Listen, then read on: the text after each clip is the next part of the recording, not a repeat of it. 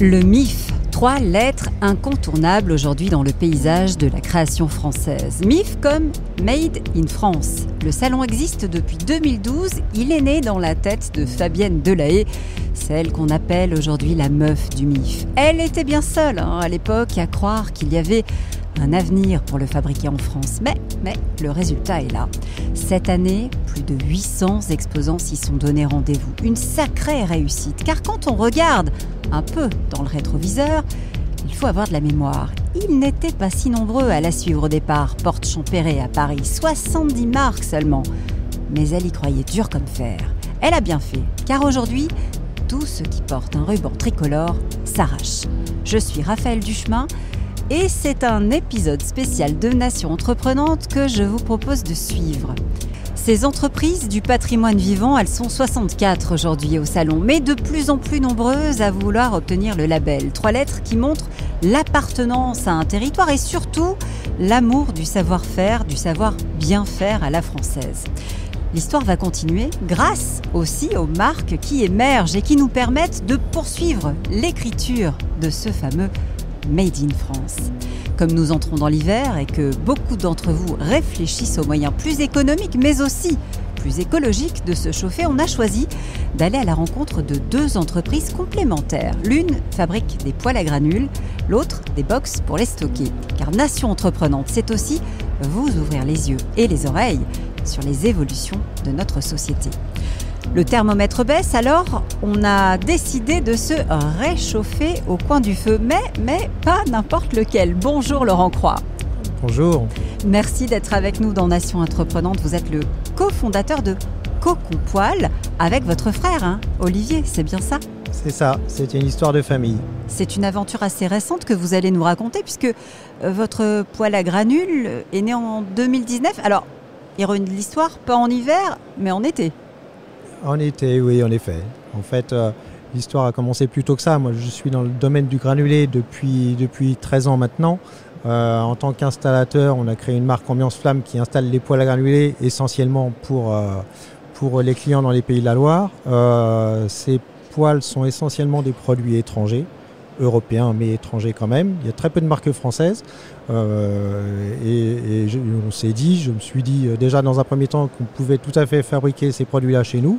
Mon frère étant dans une industrie de fabrication, tôlerie, grosse industrie, on avait tous les moyens, les compétences complémentaires pour fabriquer ce poêle et le commercialiser en France. Donc l'amour du feu commun finalement, vous le faisiez déjà mais vous aviez des marques étrangères, vous vous êtes dit on va allier nos savoir-faire et puis on va faire notre propre produit. C'était difficile, dites-moi justement, de le concevoir, de trouver les matériaux, de sourcer, d'imaginer ce poêle ?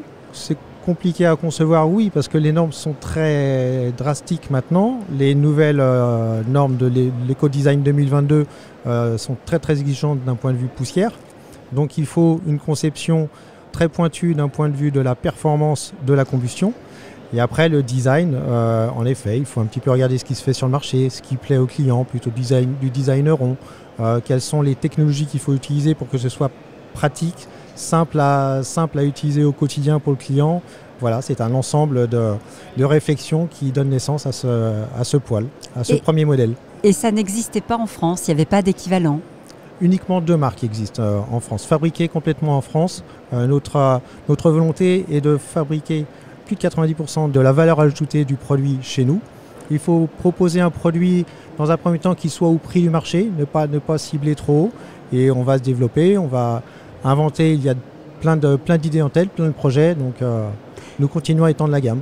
Et votre ambition justement avec votre frère, c'est de démontrer aussi qu'on peut faire sur place avec des matières premières qui viennent de moins loin, donc moins de transport, un vrai plus finalement pour la planète ? Bien entendu. On va au bout du raisonnement. Nous sommes profondément écologiques dans l'idée, et on veut pousser la démarche jusqu'au bout. Quand je dis pousser la démarche jusqu'au bout, notre poêle n'a que 2 ans, mais il est déjà prévu pour avoir une seconde vie.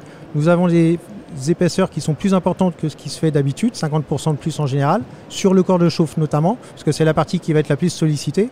Mais une fois que le client veut changer de modèle, il a agrandi la maison, il veut recycler son poêle, enfin au bout de 5 ou 10 ans, nous reprendrons ce poêle en atelier, nous changerons les pièces électroniques, tout ce qu'il y a à remettre en état, mais le corps de chauffe étant encore en fonctionnement, en état de fonctionner, il aura une deuxième vie. Et quand on achète un cocon poêle, on fait des économies d'énergie, si j'ose dire?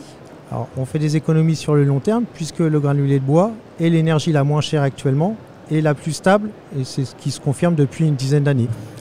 La source du granulé étant chez nous, on n'a pas les variations, on ne subit pas les variations des tensions géopolitiques du gaz actuellement, du pétrole il y a quelques années et autres.